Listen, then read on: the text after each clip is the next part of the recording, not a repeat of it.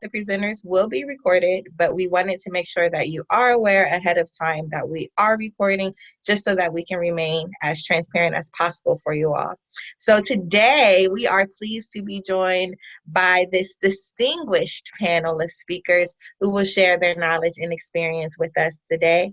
So first we have Dr. Igbinosa from Stanford University. Super excited to have her with us. And then Jamaica Gilliam is a CLC doula. She's with us. And we also have Alexis Baker, who is a birth doula. So I'm really excited to have all of these amazing women present and in this moment with us and really willing to share their knowledge with us.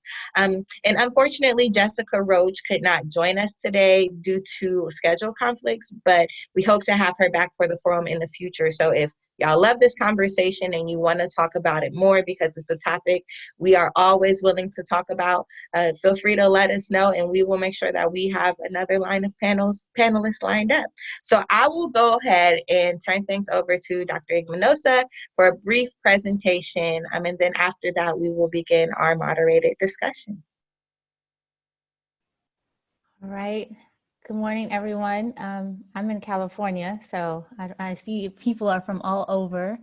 And let me just set up my screen here. Okay, perfect. Can you see it? Yeah, okay, perfect. And so we're gonna talk about Black maternal health, and a lot of it is gonna be centered around Black maternal mortality, which is deaths. And so the panelists and I just talked about before having this discussion, we just want to remind people that behind the numbers, there are names, there are families, you know, there are children. And so we just wanted to take a moment of silence just to acknowledge these women or these people in this space.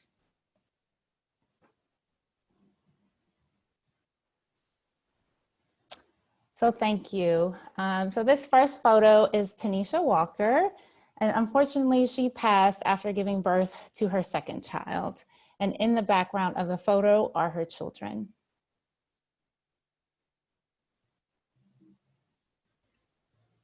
Okay, intro. So just kind of frame it, approximately 700 mothers die each year in childbirth. Black women have a risk of pregnancy-related death 3 times higher than that of white women. And pregnancy-related death is anything during the the pregnancy, postpartum period, within that a period of a year.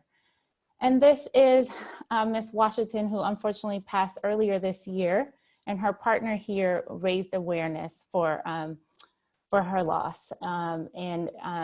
You know, you can read the report. You know, I don't want to have a trigger for people, but just reading his account of it, just in terms of, this was also during a COVID time, there's was separation, and you know, how he found out it, you know, this raises awareness for why we talk about this topic.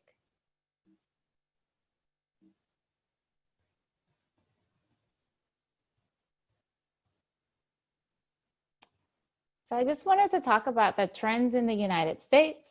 As you can see, since 1987, pregnancy-related mortality has been getting worse. And so it just goes to show, in terms of just like looking back, this is something that we definitely need to improve on when we look at the United States. And then also, just as like in caution, in terms of how the numbers are, how do you interpret it? It's reported how many deaths there are per 100,000 live births. And so that just comes up later, but I just wanted to give context. And so then the question is, how do we compare to globally? And so first, I'm gonna draw your attention down here. This was from 2015, and the US at that time had 26.4 deaths per 100,000 live births. And then you can kind of see where other countries fall. And I believe from the last rankings, we rank, the US ranks 55 to 58th globally. And then when you look at this recent map, 2020, excuse me, from the Vital Statistics, you can see there's a wide range. So like California is less than 19.5, but that's still high when you compare it to globally. And then you see places with a dark blue that are really high, over 34.9 deaths.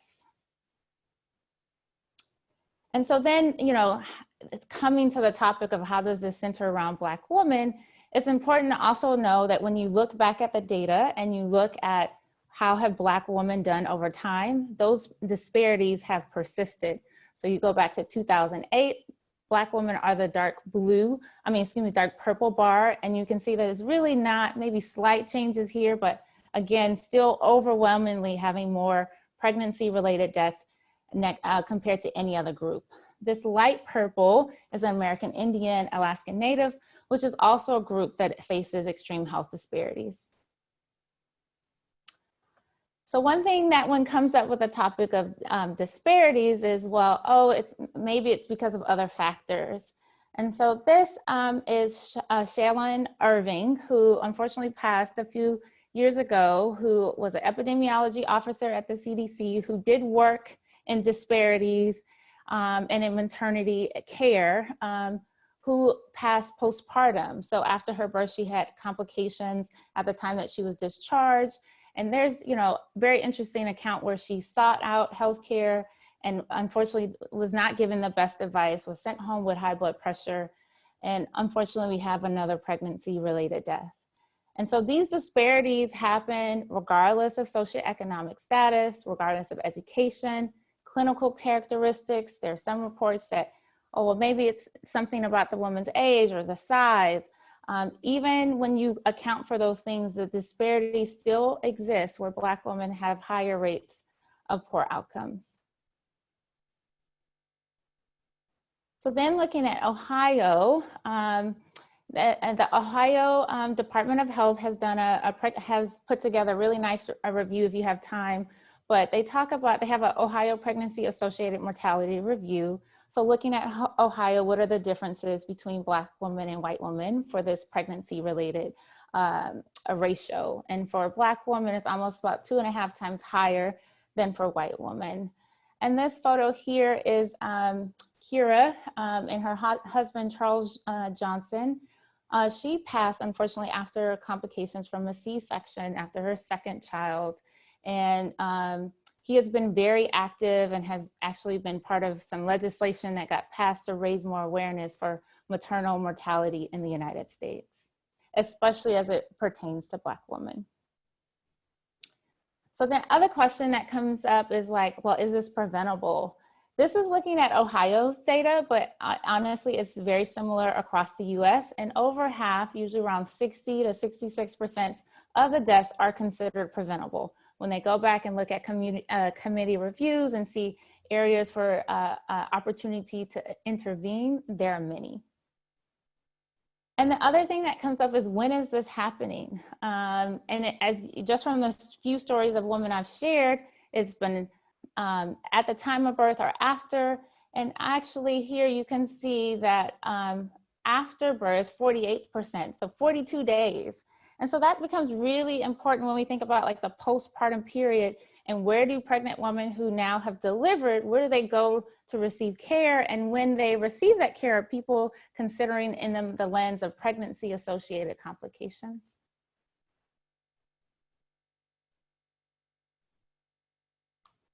And so the why, there's a lot of research on it, and we're just simplifying it before our discussion today. But a lot has to do with health equity, and you can't have a conversation about equity with talking about racism, structural, institutional, that affects, historically access to care. And then access to care, people talk about insurance, but you also have to, when you look at research about from the woman or from the patient's perspective, concerns that they're not being heard and that the care is not equitable.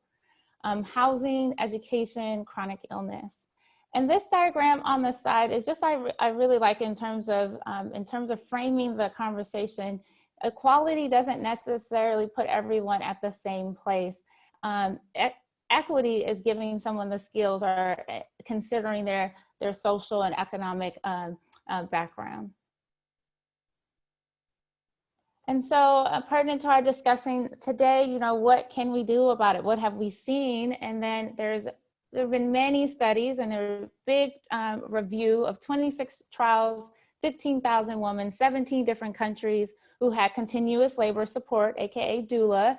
And there was evidence for improved birth outcomes, such as a higher rates of vaginal delivery, decreased preterm birth. And then specifically to New York, New York has had a success with their group. This initial program that was studied was piloted in an area that had high rates of preterm birth. And for their women, they had significantly lower rates of preterm birth and low birth weight.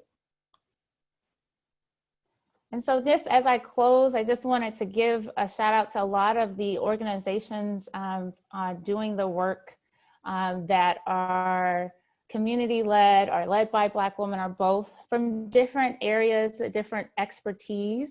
You have doulas, you have midwives, you have physicians, you have legislation, you have allies, and there are just many people committed to the cause of trying to improve these outcomes.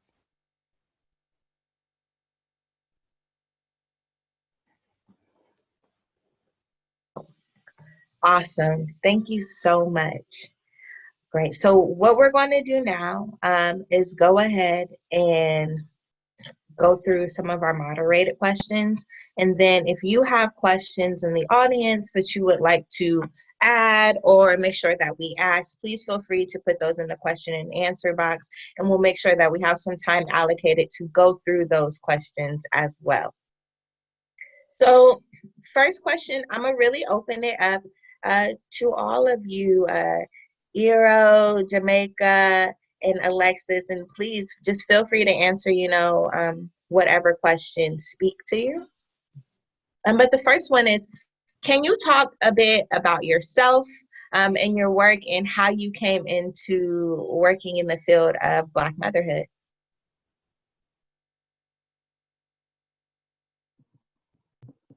I'll go first. Hi, you all. So sorry. My name's Jamaica, like the country. People usually call me Jamaica, like the country. And I am a mother of 3. I have 6-year-old twins and a 8-month-old now. I got into this work really because I needed to be a part of the solution. All of those statistics that we just saw was bombarded on me, especially when I was pregnant with my twins. And I was just really afraid. And I didn't even know exactly what I was scared of. I just knew that I didn't want to be this statistic. I didn't want to be grouped into, these hashtags. So I got into this field of lactation. I'm a huge breastfeeding advocate, CLC, and speaking into existence, soon at IBCLC. And I saw a lot of women postpartum and talking about their birth stories. And I was just like, I just didn't want birth to be traumatizing for other women. I didn't think that this is a really sacred time for moms, and why are so many of us, especially Black moms, coming out of it telling basically our war stories? Like, this is how I got through the trenches of battle when it comes to labor and delivery, and that's just not something that I want to see. And so I just want to be a part of the solution. I wanted to support moms. I want them to be sure that they have good experiences. Like, this sacred time should be a really good experience. So that is why I'm here, just doing my part to make solutions and beautiful experiences for moms. Beautiful. Thank you so much. And if you don't mind, not to put you on blast or on the spot, but could you share with us a little bit more about some of your most recent endeavors, like your maternal matrix and things like that? Yeah. Okay. Definitely. Thank you. Thank you for the plug. So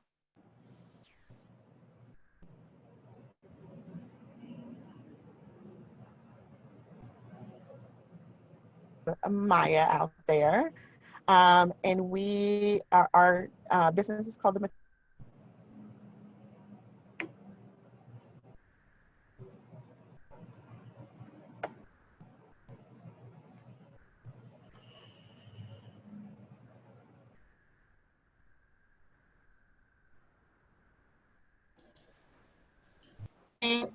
I'm having some problems hearing you. Oh, go ahead, Lena.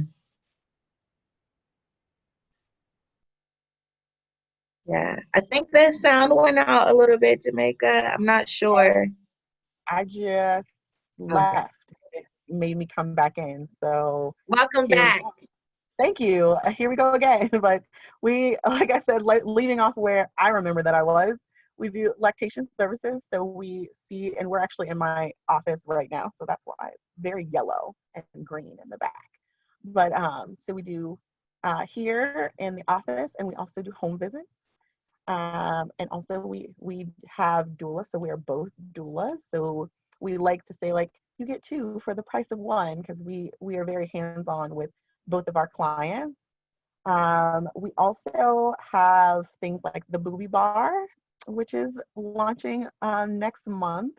So it's basically like a breastfeeding happy hour where we have mimosas and mocktails, and it's like a really good support group for breastfeeding moms.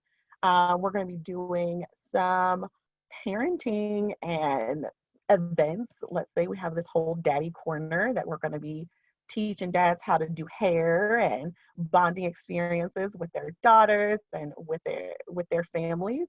So we're basically just going to be this hub of Black families and helping moms and dads really be the parents in this community that they want to be. And also plug, sorry, I have my t-shirt on. I'm actually the president of a doula collective, a Black birth worker collective called Black Birth Circle here in the city. And we actually just launched with our founding members. So we are 17 deep. And basically we train together, love together, learn together. And we're going to be doing some lobbying for policy. And I'm really, really excited to have that jump off. Awesome. Thank you so much, and congratulations on all your new endeavors. Thank you so much. I've seen some questions in the chat box asking about how to join some of these organizations, especially if you are a doula. So if you have some time, if you could put that information in the chat box for people, or we can make sure that we send those things out once the end of the forum goes. And then, yeah, Alexis or Ira, would you like to take it over? I think Sure. I'm going to try to go. Oh, wait a minute. If my video works, I'm trying to get it together. I'm Alexis Baker. Can everybody see me, hear me? Wonderful. I'm Alexis Baker. Might say Inman on some things. I was newly married, but I'm a birth doula in Columbus for 2 years. I'm an independent birth doula, so all of my clients are one-on-one, found and based. So I got into this work a few years ago, honestly, as a response, kind of similar to Jamaica. I was seeing too much of a problem and not enough solutions. It's very easy to point out the problem. It's not very easy to tackle a specific arena, part of a bigger issue, So truly feel like it is a calling. I don't take birth work lightly. And as a birth doula, there are certain spaces you shouldn't occupy lightly. So I've been actively practicing as a doula in the next month. So I'm really excited about that. So that's me. Cool. I'll just Awesome. Thank you so follow. much. Oh, okay. So I guess I'll just add, I've always been interested in women's health, and I chose to, I went to med school, did residency, and actually did private practice for a little bit, and was really compelled to see what I could do to really help, especially those with high-risk pregnancies. And so that's when I decided to pursue a maternal fetal medicine fellowship, which is essentially taking care of mom and baby with those who have high-risk conditions, just to offer, to be able to offer, provide more options. Because depending on one's medical history or pregnancy or what the baby is, that, we just need all of our options available. And so that's just really, I've been thankful to take care of so many women who have, who I've learned from and have partnered with, and it's just like, what can you do to make it better for the next person? Great, great. Thank you all so much. Again, we're really just excited to have you all here and willing to share your perspectives, and really just your insight and knowledge. So the next question that we have is, can you discuss some resources for supporting and empowering Black women and families, in finding respectful and compassionate care from pregnancy through the postpartum period and early into toddlerhood?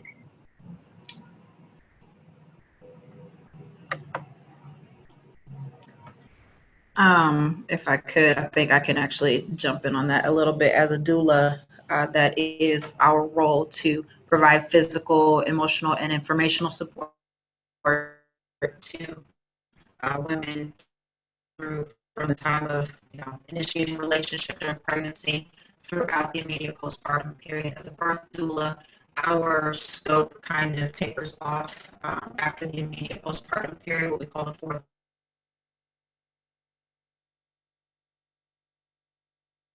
trimester.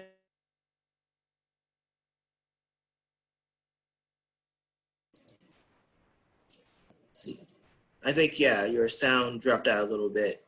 Sometimes it's better if you have your camera off. Sometimes that helps like the audio a bit. So that might be a good try as well.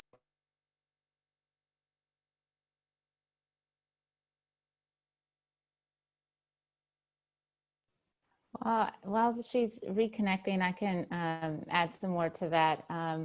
So in terms of providing, finding options, there, especially now with, COVID has had a lot of bad associated with it, but what it has encouraged us to do is also investigate and make virtual options happen. And so there's an opportunity to like interview or just really assess and get a feel for where you want your pregnancy care to happen. And as a maternal fetal medicine or just even OB, what I often advocate for is like before you are pregnant, when you're just thinking about it, you should just get like a preconception visit is what we call it, just so you can understand the landscape and decide and begin that relationship.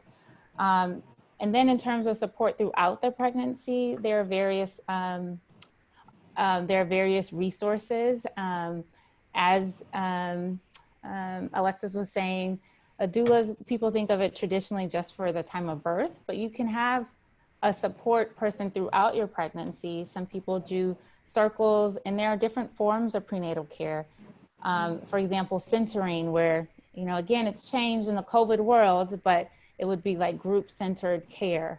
And then the other thing, and just in terms of, because there can be a lot of anxiety when you see the news and you see these outcomes, or you may know someone personally, and it's just knowing that if you don't feel heard or you don't feel like that your chosen provider or specialist is listening to you, that you can always seek another opinion, and feeling empowered to do so, that you don't have to just stick with one thing or feel stuck or trapped that way.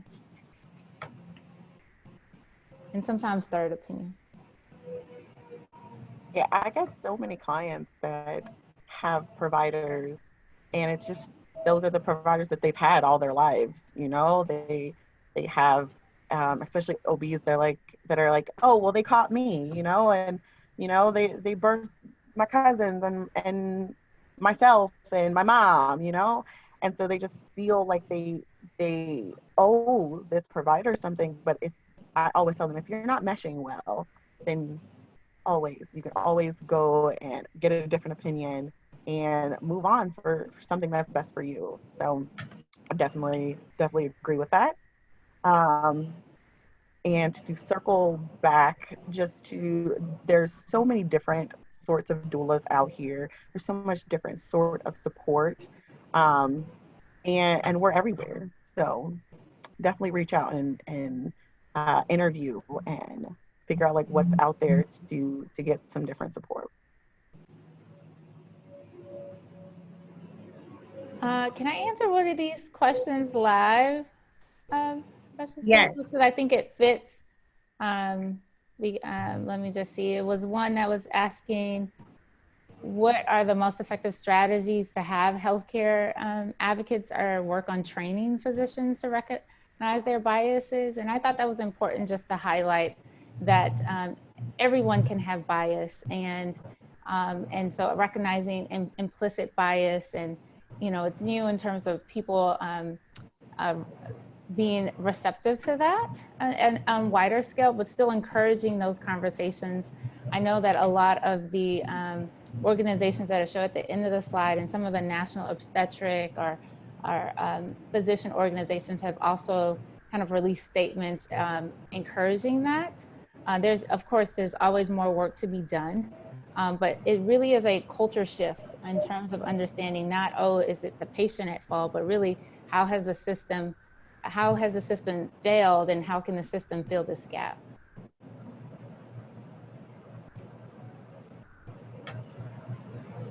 Thank you so much. And then were we able to have Alexis join back in? I think I am back. I'm not. Yay. Yes. Okay. At least I think I'm back in. Let me see. I did see one question with regard to doulas, and just kind of as a general statement, there was a question about whether or not doula support is covered by insurance. In the state of Ohio, as of right now, doulas are not a covered benefit. We're working on that. There's a lot of legislation kind of being circulated about to get that changed and get that fixed. So as of right now, I will say not yet, but we are actively working on that. A lot of doulas I know in the city do pro bono or service work, and they provide doula services for free or at discounted rates, as do I. But it's in the works, so I would be encouraged that it is on the way.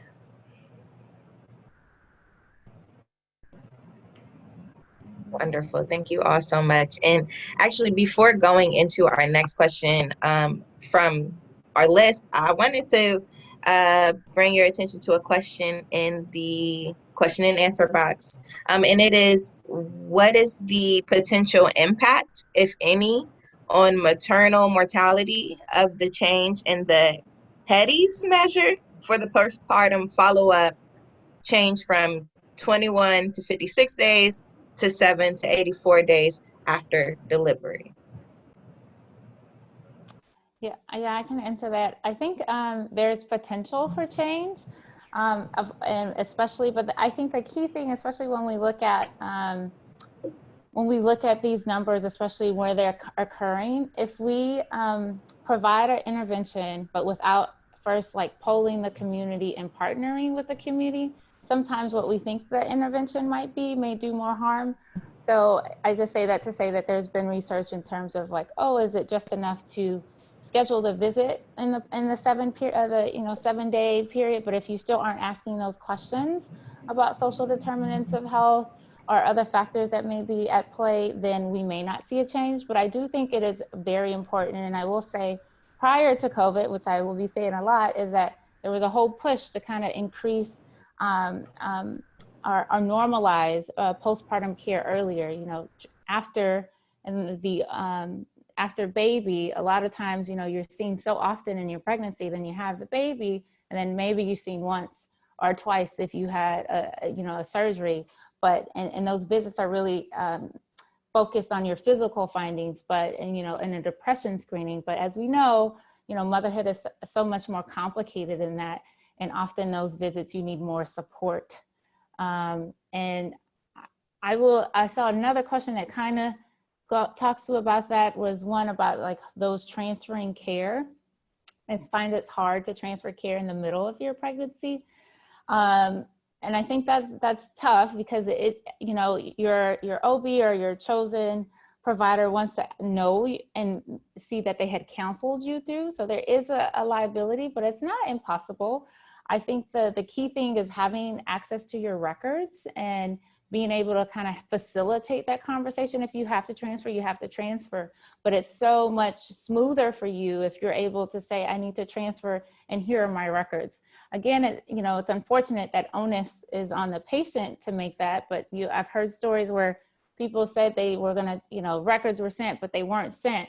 And then time just kind of increases. And so, and then there is another option depending on the insurance carrier, where you, depending on the group model, you can go somewhere else and they'll get you in. But you should always be able to find care.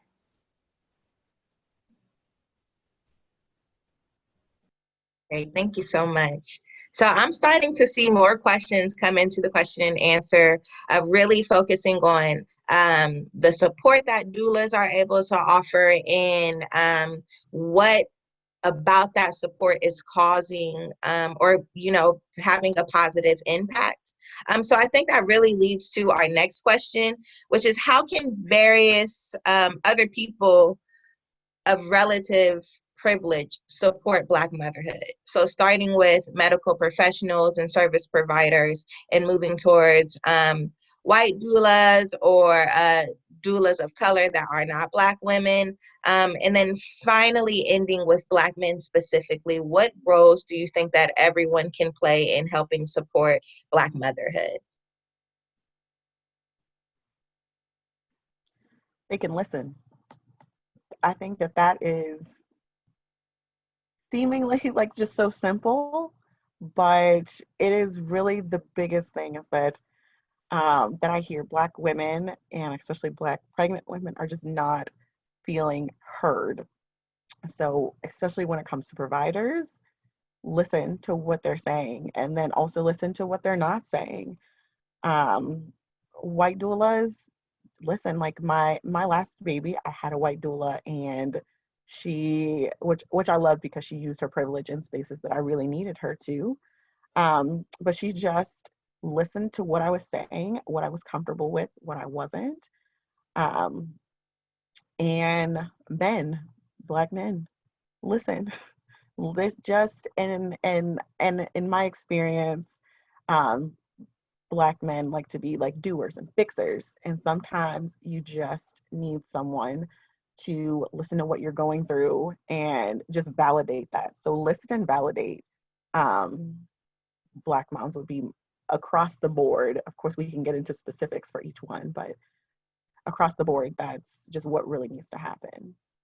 And believe them. If I say that something is going on, something is wrong, if I don't feel like something is right, that needs to be taken as fact. That needs to be taken very seriously. Not just, I don't need to be, it doesn't need to be have a flippant response or just pass it off.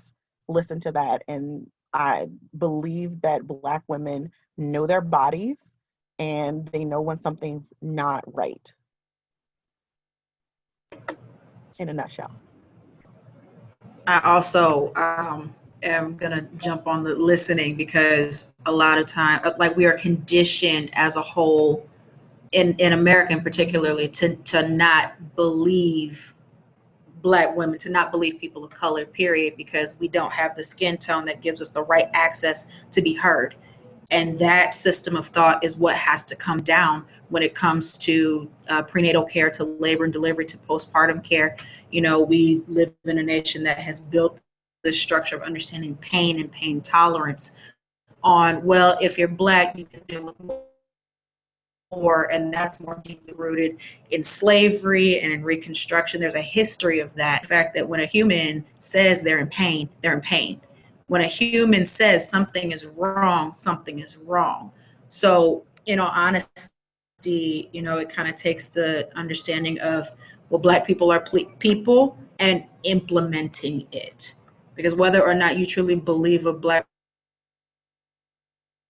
woman in labor or woman of color in labor is a person will determine whether or not you take her word, just because, or Jesus, Jamaica said, as fact, as truth. That's what it is. It's the law of the land. When I say I'm in pain, I'm in pain. I'm not lying to you, and it's not your place to judge whether I'm, fabricating something or not. That's not your role.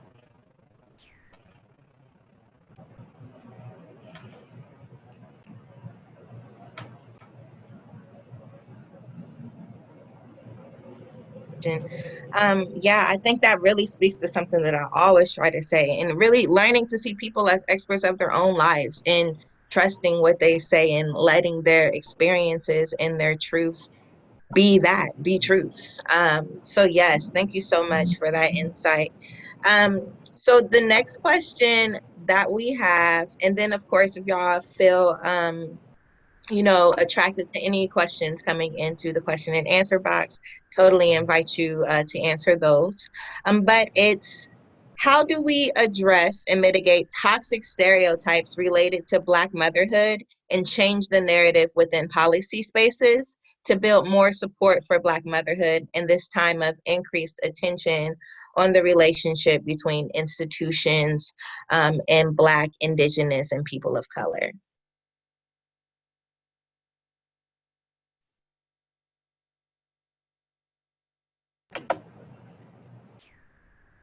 That's a very loaded question. And in all honesty, to address it means to call it out. Um, it's far past time out to be tap dancing around the reality of what is actually happening to laboring women of color, to pregnant women of color in this nation. It's high time to stop putting these statistics aside. Bring the numbers to the table, especially when we're talking about policy. You cannot effectively institute policy without facts and figures. And if you honestly think about facts and figures, they very easily support the notion or the reality of what we're talking about here, that women of color are several times more likely to die during childbirth, to die due to complications from childbirth, than white counterparts. I'm very big on putting the numbers on the table, and when we get a chance to discuss those things, I'll kind of address those. But the numbers don't lie, and when it comes to affecting policy changes, when it comes to taking the information to the big arenas, not mincing words and not sugarcoating is a big part of it, because we're not going to be these tame creatures that just, oh well, this is kind of a problem, oh well, this might be an issue. Like, if we're expecting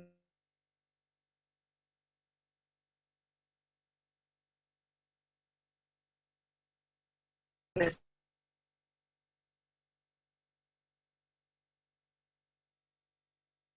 to move forward, volume, noise, like this has got to get moving. Responding to that should also be done in kind.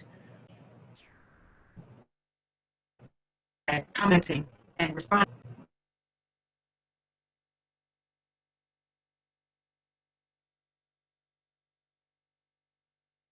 Awesome. Thank you all. Thank you all so much. So really, that was the last question of our moderated question list. And we just have so many great questions coming in from the question and answer. So I just wanted to take some time to go through any of the questions, or go through the questions that are coming in. So the first one is there a reason in the increase in mortality overall, or are we just reporting it more? So what is causing our numbers to shift or increase? Both. I would say, there was a big splash about it a few years ago. There was a question about the validity of the data. And so just to kind of take it a little on the data side, not every state had a maternal mortality committee review. And I think with the awareness, especially of the disparities, that is something that more groups, especially Black women led groups that focus on equity, as well as other organizations, CDC, would have really pushed for, like, to actively find solutions. We have to know where the hotspots are, and so to encourage that reporting. And so in the states that have been doing the reporting consistently, you still know an increase. And so it just tells you that, maybe we're just now adequately describing something that has always been there, akin to other areas in life, where, like, social media and videos have made more things readily visible that weren't before, and data does that as well.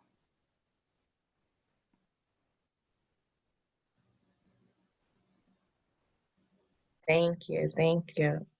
So the next one is, how would someone like an independent doula be able to join any of these organizations, whether those be some of the organizations you shared in the slide, Dr. Igbinosa, or Jamaica, even some of the organizations that you shared, the collectives that you started as well? Yeah. So I know I'm located in Cincinnati. So our doulas stretch all of Hamilton and Butler County. So, and also we stretch into Northern Kentucky also.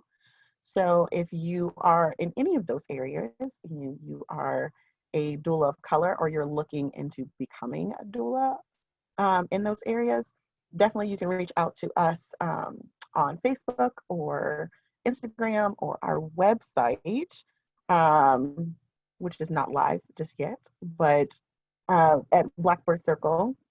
And we can start the process of getting you inducted into membership. But all over Ohio, there are plenty of groups and collectives.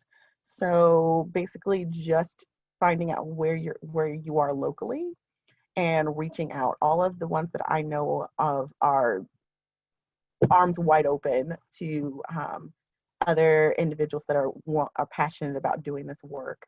So that's definitely just asking someone and getting into contact with them is a really great way to start. Yeah, I'll just follow up because I did some organizations in Ohio and some not. And I will say, I know that some like have an equity fellowship. Some you can support like like there's a Black Maternal Health Week. This week is Black Breastfeeding Week. And just following those campaigns on social media also can help you streamline people who are really active in this space. But there are many ways to be involved and engaged. Great, thank you so much. So the next question that we have is, what are the most effective ways of preventing these disparities that we're seeing? I know in some of the research we shared that postpartum support is huge. You know, we've talked about listening and having people who can advocate for Black women in that space. But what are some of the other effective ways that y'all are seeing, whether that be in research or your day-to-day interactions with Black mothers?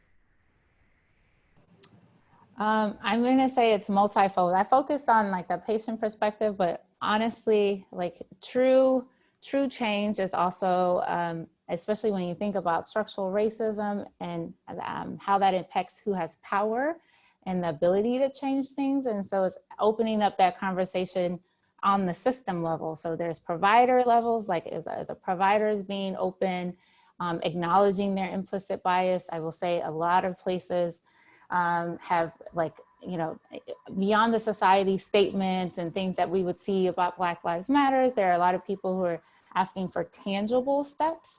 And that includes that. And then in terms of a scholarship, the reason why we don't see as much research as we would like is because you also have to support those efforts. And so again, thinking about power exchange and providing resources, you know, a lot of the groups that started off on their own without support. And so especially from like a state or a policy level is like providing funding. And so example is the Black Mom and Bus that group Kamala Harris is part of. They really kind of push awareness and secure funding for issues that matter. So we talked about one level, but it's really like the whole system has to feel and have to have some sort of change as well.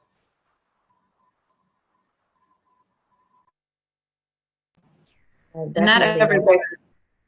Go ahead.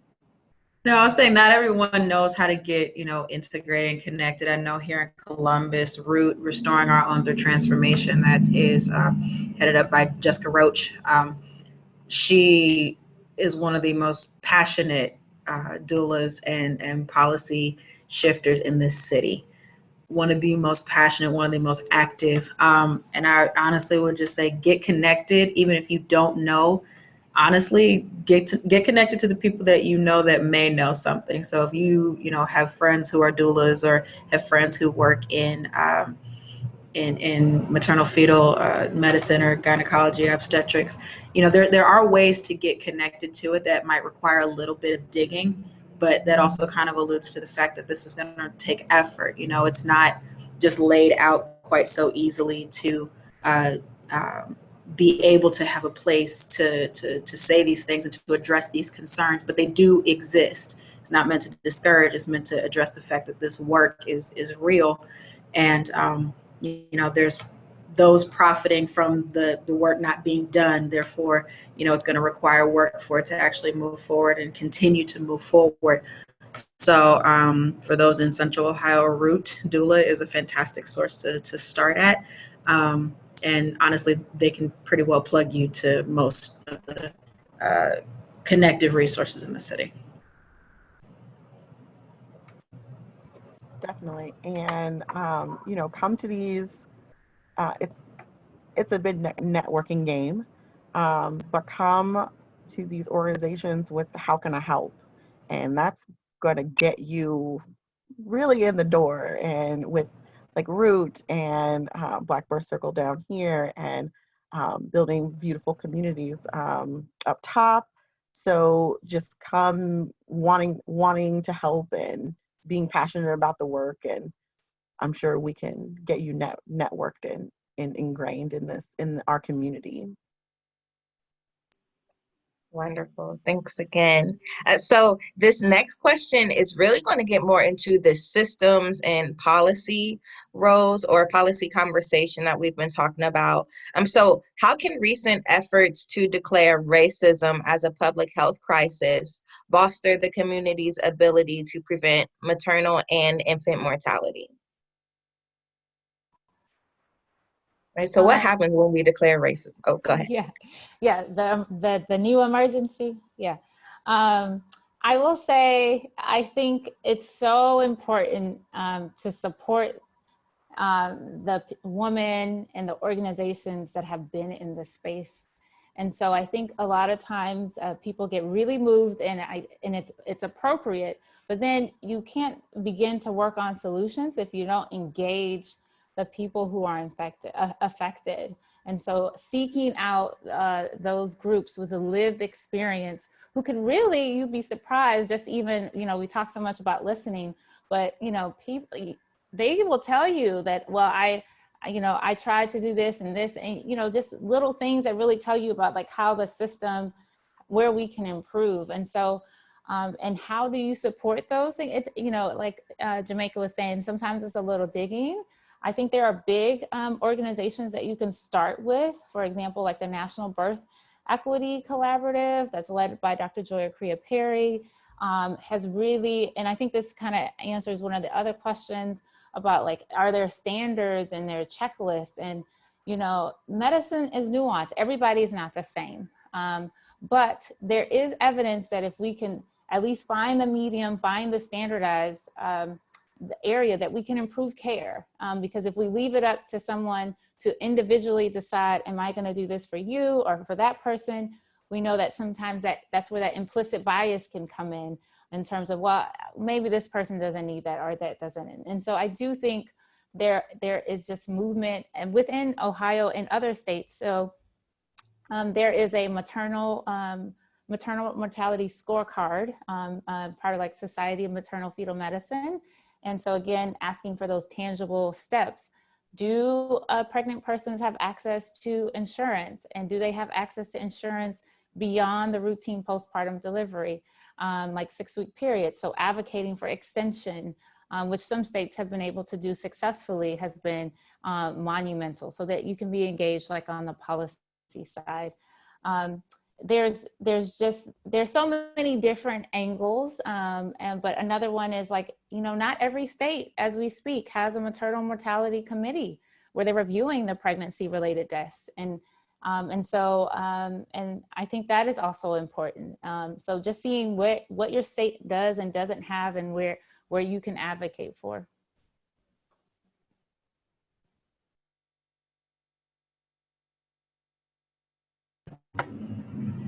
I also think that when it comes to talking about policy, declaring something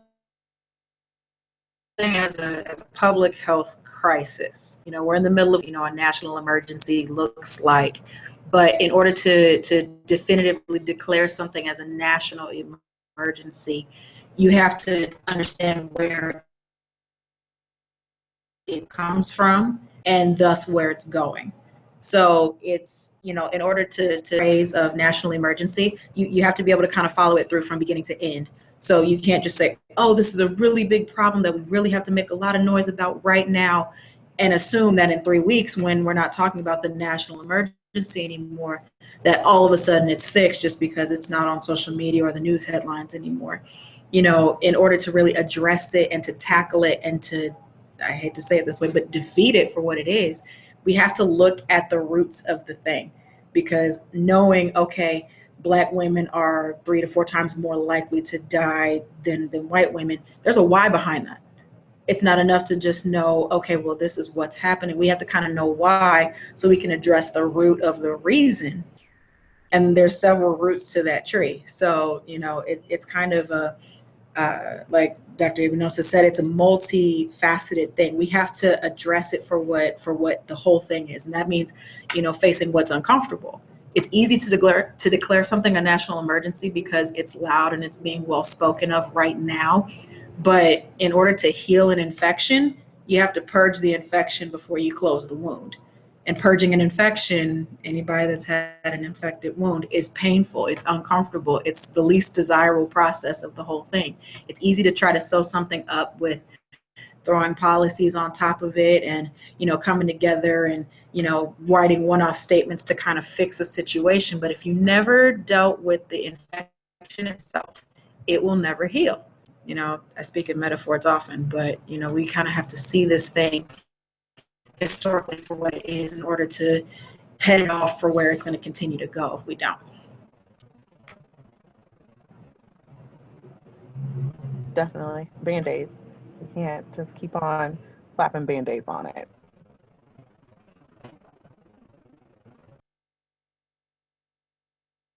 Wonderful. Thank you. All right. So there's just so much work that we need to do, so much accountability and acknowledgement that we all need to show. I really think it plays into the fact that each of us have a role, rather we're, a Black mother or we know a Black mother, or even if we don't, we all have a role in playing to really help solve this issue. So the next question is really more about environmental factors and really some different social determinants of health and the impacts that might be having on maternal health outcomes.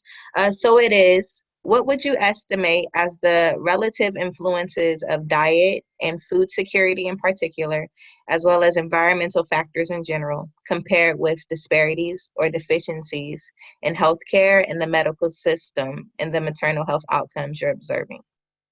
And also a thank you for all of y'all's wonderful work. That is such a great question, and is a hard question that I'm going to just say I don't have all the answers for, but I'm going to attempt. So the first part, I think it's like a reason why I like that question is we have to understand that race is not the risk factor. It is like all the things that happen because you are that race. So racism is what causes these risk factors. So just being, as we are, Black, white, et cetera, that's social. There's no gene that, makes me Black versus makes someone else white. But that's another discussion. So then when you look beyond that, it is then like, how do you tackle those social determinants? And I think it is, there are studies that kind of look at regional differences. So, we've talked a lot about Black women, but let's, if you think of other groups, just by rural areas, by access to care, by food insecurity, food deserts, you'll see certain outcomes. And so it just kind of all just kind of snowballs in terms of, what can make pregnancy so difficult. And then we really don't have a way to measure the stress of having, having to have the lived experience and have to go through X, Y, and Z. And I think, we still don't know the impact, but we know that there's impact because just the heightened level of stress is also, part of that environmental influence. And then, I mean, we could talk about pollution. We could talk, there's, in terms of water, like when you think about Flint. And so it continues to grow if you really like start to tease those questions apart, and we go beyond race and look at what is that system. There's so much room for more work to be done as we try and understand and identify the solution, because the solution is not going to be the same for everyone. And I think, if there was an easy solution, I think we would have had it. But it isn't easy.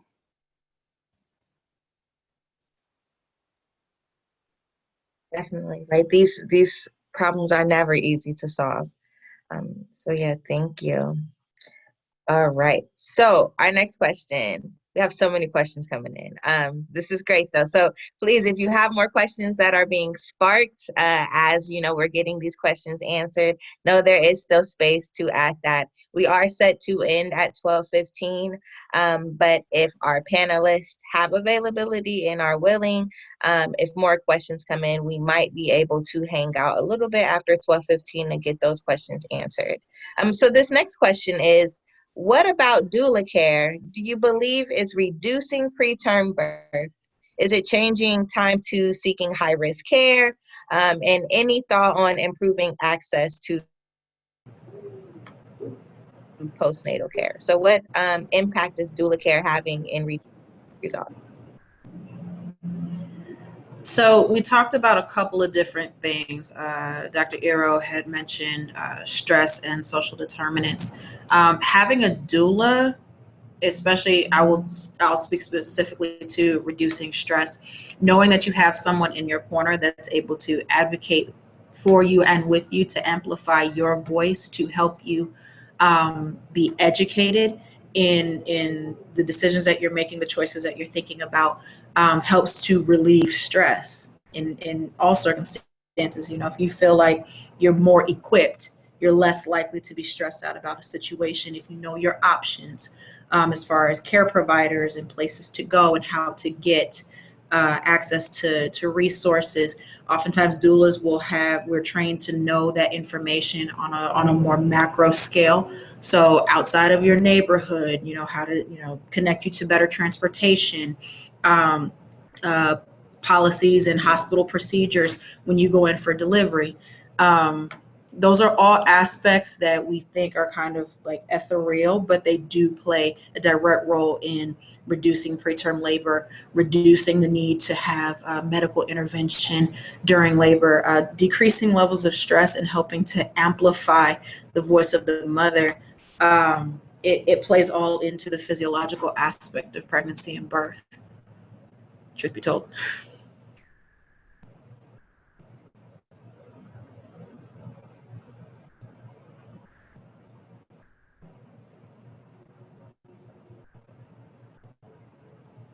Great, thank you. And then, Jamaica, did you want to add anything, or are we Sorry, ready to? I had technical difficulties. I didn't hear the question. Oh, no worries. The question was, what about doula care? Do you believe is reducing preterm birth? Is it changing time to seeking high risk care? And then, are there any thoughts on improving access to postnatal care?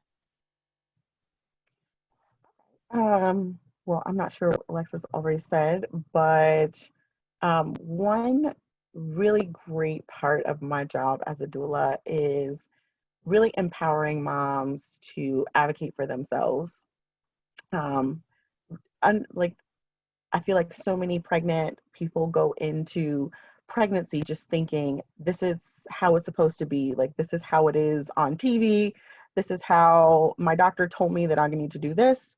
And so that's what I'm going to do. They use words like, well, my doctor didn't let me do this, or my doctor told me that I needed to do this, so this is what I'm doing, without really understand their own power in their own bodies and their own choices. So I love being able to tell pregnant people that, you have the choice to, you can always refuse something. You can always, do more research. You can always ask more questions, and your provider needs to answer your questions. You know, if you're not feeling 100% on something, then that's what they are there for. And you can expect that. That's the expectation. And that's okay. You know, you're not, you know, asking them to do anything outside of the parameters of them being your provider, you know. And I just feel like so many of my moms that I come in contact with just feel like whatever their doctor says is law, and they don't have the right to question anything because they don't have, you know, an MD. They don't have the degrees that they have. And I'm just like, but you, like they said, like you said, you're the expert in your body. So if you feel like that something needs to shake, then you know, you have the right to do that. So I feel like the empowerment piece, is one of the biggest things that makes a change, is that, you know, moms understand that they can question, they can, you know, make their own choices, they can do their own research, they can, you know, ask everything of everyone. So that in a nutshell is that first piece. And when it comes to postpartum care, like I love being a birth doula and a labor doula. I know some really dope postpartum doulas and other folks that delve into postpartum care when it comes to massage, chiropractics, all of those sort of things come into not chiropractic care, but postpartum care. So I think that all those pieces are really important, and finding the best fits for you, and being ingrained in these networks that can help you and support you with finding those best pieces. Awesome. Yeah, for sure. So knowing how to advocate for ourselves, knowing what resources are there, and then knowing how much of an asset having a doula is, right? It's really nice to know that simply having someone who will advocate for you, or someone that you trust to listen to you, has such a drastic impact on your well-being and reduction of stress. So beautiful. So our next set of questions are getting more into, again, systems approach to this work, or a more macro approach. And before I ask those questions, someone did ask if they can share contact information in the chat box for Ohio Doulas. Please feel free. Yeah, please use this as an opportunity to network. Normally we're in person, and you know, you can just hang out and talk to these people and get to know one another. But please, if you would like to share contact information or have someone reach out to you, you're welcome to do so in the chat box. And then the next question that we got was, how do we encourage health establishments to take on this crisis much more seriously? And what would it look like to hold them accountable for taking on this work?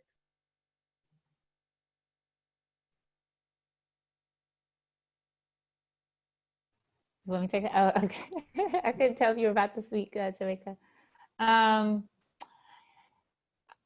You know, I think in terms of taking it more seriously, I think it's really a persistence on our part to continue to, you know, request, demand, you know, continue to just really push the system to do more. And there's different ways you can do that. And so some people, you know, feel empowered to be, you know, supporting someone one-on-one. But there's some who choose, like, you know, they don't want to be by anyone who's pregnant. You know, they would rather, they're like, oh, that's kind of messy. And there's other ways to do it, like through policy. I do think, especially like through policy and through voting. For example, recently there was you know, Kamala Harris proposed a bill about uterine fibroids, and I think, you know, I think that's great because she received that information from someone who was like, hey, I really think that this is a gap and there needs to be more people pushing towards that, and that was through community groups.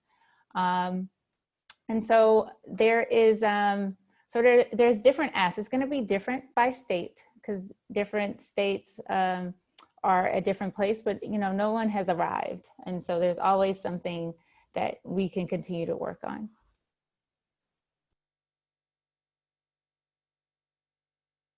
Awesome. Thank you so much. Yeah, and I think there's a lot of conversation being had right now to really talk about what does that accountability look like within our hospitals, and then at the state and federal level as well. You know, I did just want to think about one other thing, is that also making sure that we have a diverse workforce. And Mhm. so often sometimes, just like diversity in all levels improves it for everyone. And so, because you bring in different opinions, you challenge the status quo.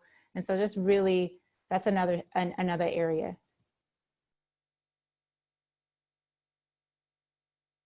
I will say, even on a micro level, and I can't really call it a micro level because what we do isn't micro by any means, but as a doula, the individual moments of being with clients during labor and delivery and reminding clients of what they've asked their providers or reminding them of questions that they've talked about. And that might not seem like holding a provider accountable, but it is, because reminding them in the moment, or encouraging a client to press her call button, like, hey, this is what's going on with my pain meds, or hey, I'm starting to feel a change in my body, I don't know what's going on. That is in direct connection holding a provider accountable, because it is face to face presenting them with an immediate issue and making sure that that woman, that delivering person, feels empowered enough to be able to speak to that. So, it's more so on a more individual playing field than policy and advocacy and legislature. But when you're when you're in a doctor's face, when you're in a nurse's face, you have to be able to maintain that level of accountability directly, on that scale, before you're able to kind of do a larger base of it. So also, Jessica had, or Jamaica, I keep saying Jessica. Jamaica had alluded to it earlier about everyone has a role. We each have a role to play. So there will be some there will be some that are passing the laws and making sure that policy is effective, but then there's us, boots on the ground in a different way, where we have to be able to say, hey, is everything right with this catheter? Like, we're starting to see things, and medical terminology, but when we're able to point out what's going on with the patient, or when they're able to point out what's going on with themselves, that is directly holding a provider accountable.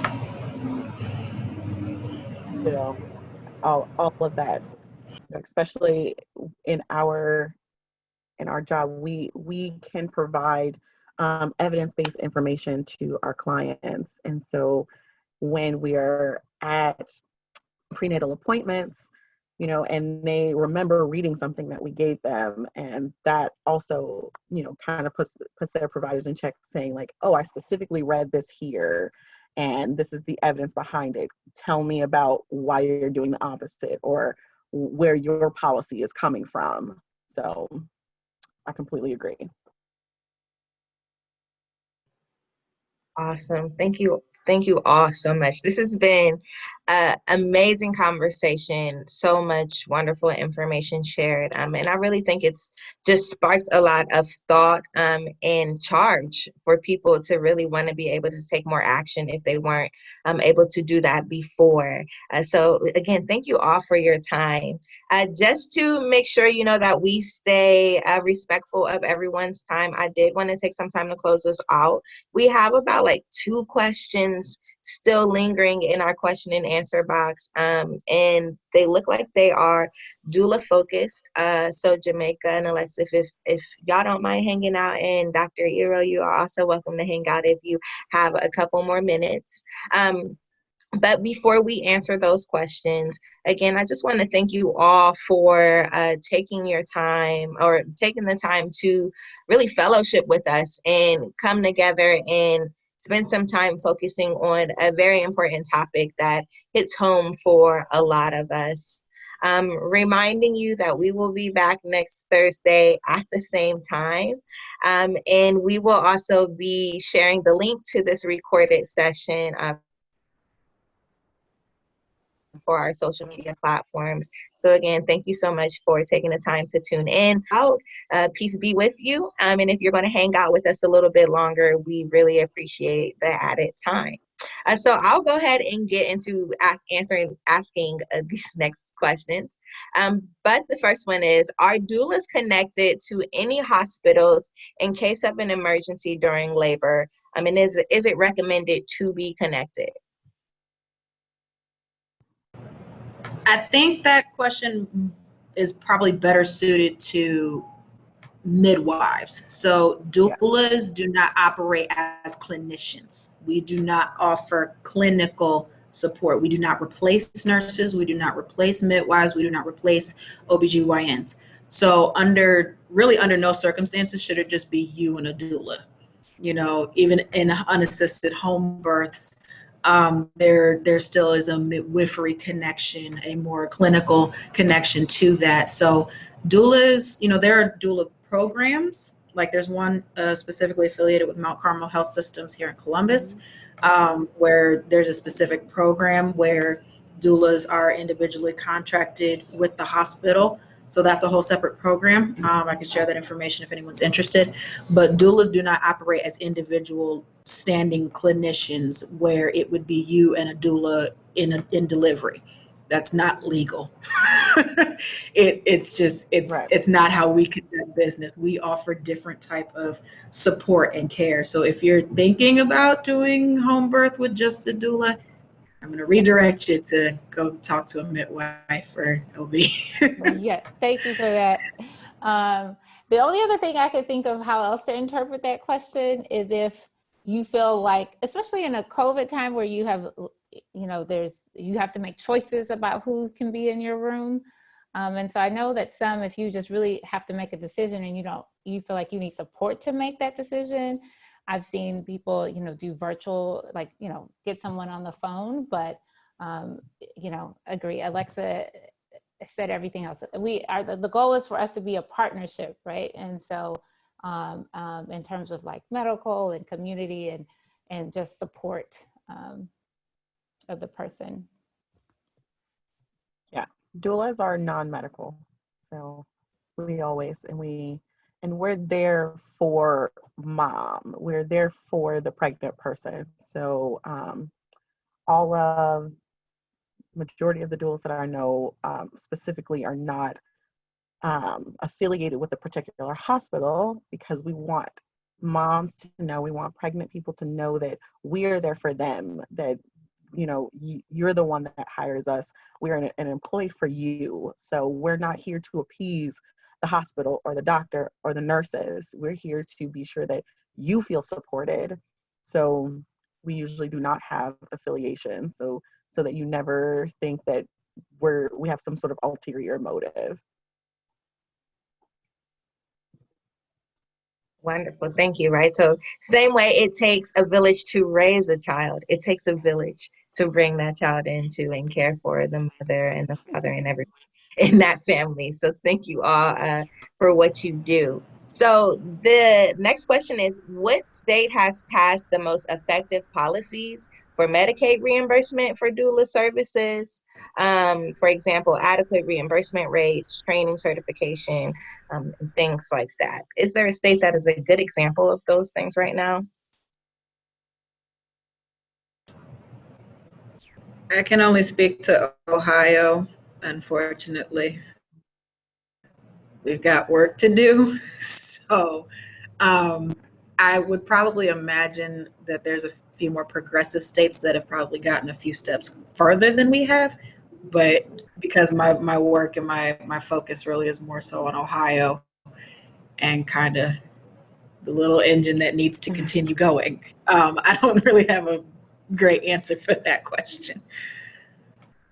Well, I know if there's some other states that have passed legislation about reimbursement. From what I hear, like New York, the reimbursement is not. It's just not. It's not worth it. There's almost like more headache to trying to get reimbursed, and then what you actually get back is just. It seems like it doesn't value the doula. So I think we all have work to do.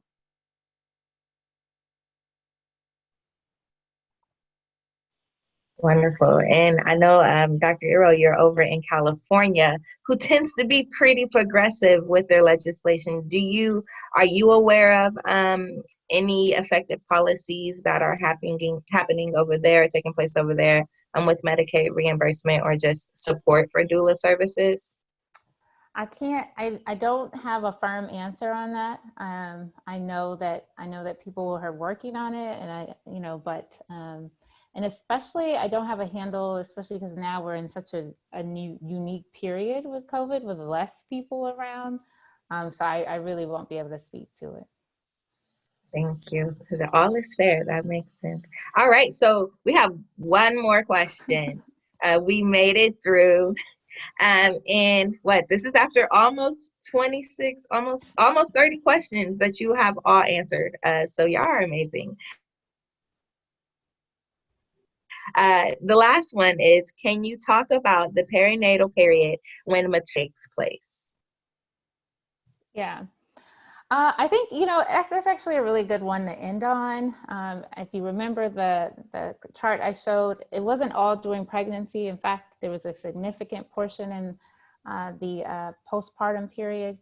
And so I think a pregnancy is like, it's a continuum it's a spectrum, and it doesn't end just because the baby and placenta came out. Like, your body is still undergoing all these changes before you're back, or if you're ever back to what you were before pregnancy. So that said, also there was that chart about like, what is it most preventable? Like, those causes of death, over 66% were preventable. And that comes, we think a lot about cardiovascular preeclampsia. And so I think I shared it with a few people on their questions, but just like warning signs. So, what we look at for blood pressure in pregnancy, and this was actually Shalyn Irving's case, was that, that was an okay blood pressure for someone who's not pregnant or who's not in that postpartum period. But for someone who just had a baby, that's preeclampsia, and that you need to, do a lot to rule out otherwise. And so also stroke. So, cardiovascular, hemorrhage, those are big deals. And then especially when you think about preeclampsia, that blood pressure starts to rise. Where it's like, well, the placenta is gone. But again, your body's not done, and you can still have preeclampsia after baby and placenta are delivered. And so that first week, you can actually see people be readmitted for preeclampsia. So the warning signs are headache, vision changes, pain on the right upper side. I usually, if someone is already kind of borderline, I think that is a discussion really to have with your provider. What Alexis in Jamaica were saying about understanding. And I'll say it's not just for someone who's, even the people who are in medicine, like if that's not what you do, like that's a whole new terminology. So just really making sure that you come away with okay, what's our plan? And, what do I need to do? When do I need to call? Like, just as basic, like, okay, you don't have to learn and study and become an expert on pregnancy with your first child or your sixth, but you should know when should you call. And so, and so that's where I try and advocate as like, okay, at this point in your pregnancy, this is, if you're ever concerned, you always call, but these are warning signs. And so, because some people like to, it's just call. You should always call. That's my thing. If you're concerned, don't rationalize it by yourself. Talk to somebody who's trained to help you decide what it is you need to do. In fact, I always tell my clients that they can say something that I know, that sounds pretty normal, but I want them to instill in themselves. If you feel like something is up, then call. Then something's up. If you feel like something is wrong, then something is wrong. And we just need to be really trusting our bodies that this doesn't feel right, then something's not right. Yes. That's it. Especially how Dr. Arrow made the point about preeclampsia with blood pressure. That's very prevalent in the Black community, men and women alike. If it's an issue before, yay baby, yay placenta, but your body still has to come back to earth. And that can take time. That can take a significant amount of time, you know, and like she was saying about calling, you know, because, you know, labor and delivery focuses more so on labor and delivery, like, okay, baby's here, placenta's here, all right, we're cool. But we need to be sure that we are expanding our understanding of postpartum care to, okay, if this was a health issue beforehand, this is going to continue to be, you know, a health concern postpartum. Your blood pressure doesn't just come back to 120 over 80 and bam, it's over, you know, when you discharge from the hospital. That's not how this works. You know, risk of postpartum hemorrhage, you know, blood pressure spikes, blood pressure drops. You know, these are all things that, you know, we have to be educated on as mothers, as clinicians and non-clinicians, to be able to know, hey, something's not right. I need to make a phone call. Yeah, all I will follow up on that is you know, sometimes I feel like because we're trying to empower, but I don't want people to feel like, oh, we're putting it all on the patient. I really think it is on us as the providers to give you those tools. And so that when you are facing that, you're not like, where do I start? And so, you know, in terms of some of the questions before is like, you know, you may be fine with your visit, but a lot of the visit should also be like education in terms of like just talking about, okay, like, are we hitting these milestones? And so there's so many different models to care, but I think, you know, I think we're moving or we're pushing in the right direction. Yes, definitely. Yeah, right. It really, just a really powerful conversation. I'm just so grateful to be able to share this space with all of you. Thank you again for staying late. Thank you again for coming in and sharing your knowledge, your vulnerability, your transparency. Very much appreciate you. And to the 75 people who stayed till the very end, we appreciate you as well. So again, please join us again next Thursday at 11 o'clock. And we've made sure that all of our panelists have been lovely and shared all of their contact information in the chat box. And we will post this recorded session. So thank you all so much. And have a wonderful weekend and a wonderful rest of your day. Bye. Bye. Thank you. Bye-bye. Bye. Thank you guys. Bye. Wow, that was awesome. That was great. Yeah. It worked. I know. I was like, you know, chatting with Lena on the side. I was like, can you help with the Q&A? Because like, I had planned on like doing like a summary, but then you just had it. And I was like, well, I guess we don't have anything to do. I tried. It was awesome. You were wonderful. Thank you. Thank you. Yeah, I'm really, I'm glad with how it turned out. So yeah, this was great. We still have like 30 participants still hanging in on us. As Kirwan, I don't think we have really interesting chatter. I know. super It's all glad. boring from here on out. So like, yeah, unless you're looking for boring Kirwan shop talk, you know, there's not much going on. But thank you all for coming and staying late anyway. Yeah, and such wonderful questions too. I thought they were. Oh my gosh. Yeah, and they handled them so well. They were, you know, the reason I was nervous is because like they were, you know, because Jessica wasn't going to be on and then at the last minute, and they were like, oh my God, Jessica's not going to be on. And so, you know, there was a little nervousness about like where they were going to be able to do it. And they did wonderfully. They did